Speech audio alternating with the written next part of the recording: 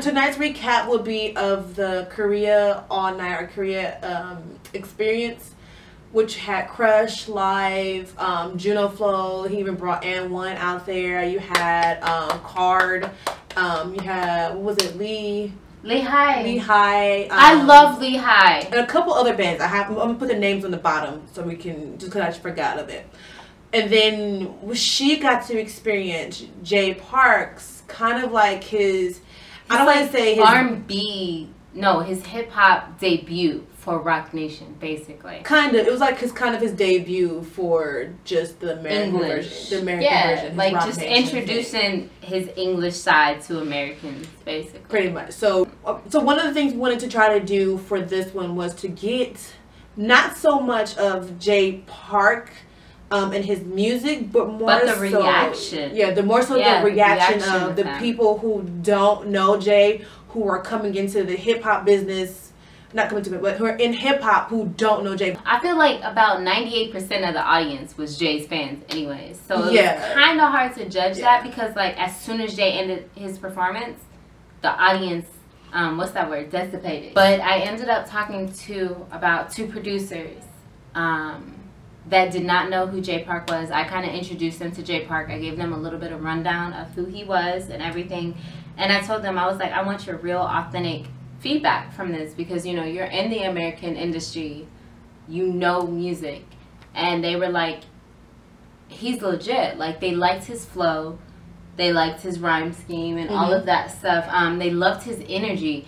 And they loved how the fans reacted to him. And that's very important to this industry. Like in Jay Park, he debuted 2 English rap tracks that he's gonna do with Rock Nation, I guess. Like his new EP. So I guess, I guess it's the 2 songs off his new album. Yeah, and then he did Moment, of course. Like he was like Moment really put him on the map for everything. Yeah, and he was like he wants to give his 2 sides. He was like he wants to show that he can do English stuff.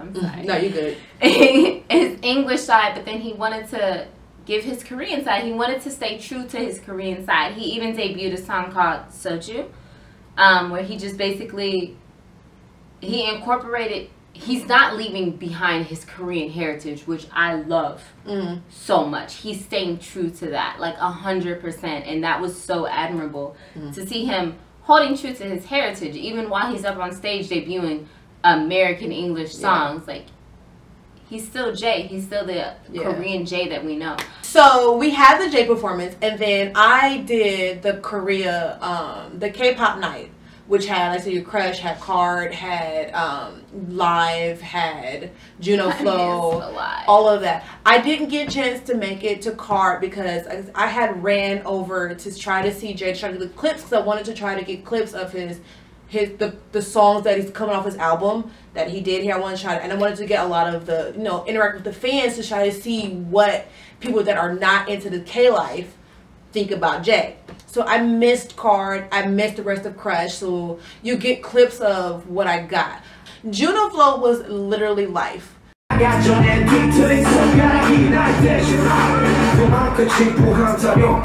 Feel good music and vision on the way now. And it was really hard for me to sit there and you know, snap and record and to get pictures and stuff. And I want to sit there and experience, you know, them and feel good, actually feel good themselves without having to record or having to, you know, take pictures and stuff like that. But Feel Good needs to go on a tour, like legit. Feel Good needs a tour. They need a tour. All of tours. That means Yumi. That means Tiger. That means Busy. That means everybody. That means Marshall. That means Juno. That means all everybody. Of you need to go on tour. It's just a tease. He brought out N1 and she performed her single.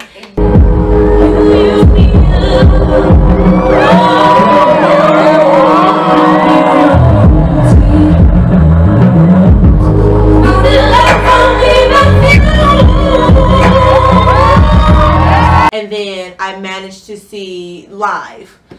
Oh my God. Right here, right now. Right here, right now. Right here, right now. Girl, I just want to fly with you. let me tell you about Oh my god. So if you guys are familiar with us, you would have seen our recap for Live in Korea. Did he do Martini Blue? Yes, he did. Oh my god, I missed Martini Blue. He did Martini Blue. No. The thing about Live is he be playing games. Live will literally sit there and look you in your eye, like he was looking in the front of every girl's eye, singing his song, talking about, okay, I'm done with this song. No, his thing was, I'm done with this song. Now it's time for me to go home and drink my Martini Blue. I said, Live, you know, good goddamn well, Martini Blue means trying to take somebody home right now. Oh, I wanted to see Live so bad, but I made that sacrifice. But yeah, Live is.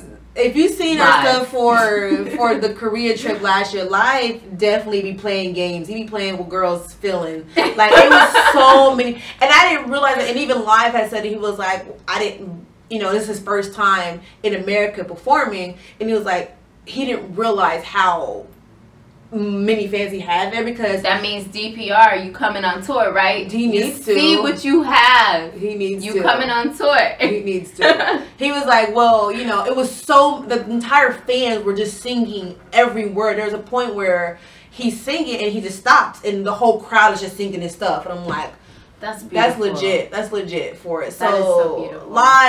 Live plays games, and then live is live. Okay? Wait. But tell about Crush stuff.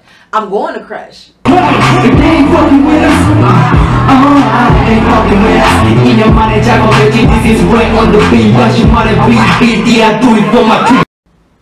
to Crush. Okay, so I didn't get a chance to go all of Crush because Crush was performing at the same time as Jay. Like I said, I was trying to get a total section.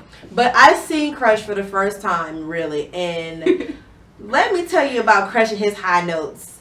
Them high notes, yes, Crush, everything. Crush's high notes are literally everything. They are life. Like I need to get a full. I missed the last Crush concert because of some family stuff, but I need to see Crush more and more and more. But Crush. Literally, Crush sounds exactly how he sounds on the radio. The downside of the K-pop showcase was that it was a K-pop concert. Yeah, I literally from experience.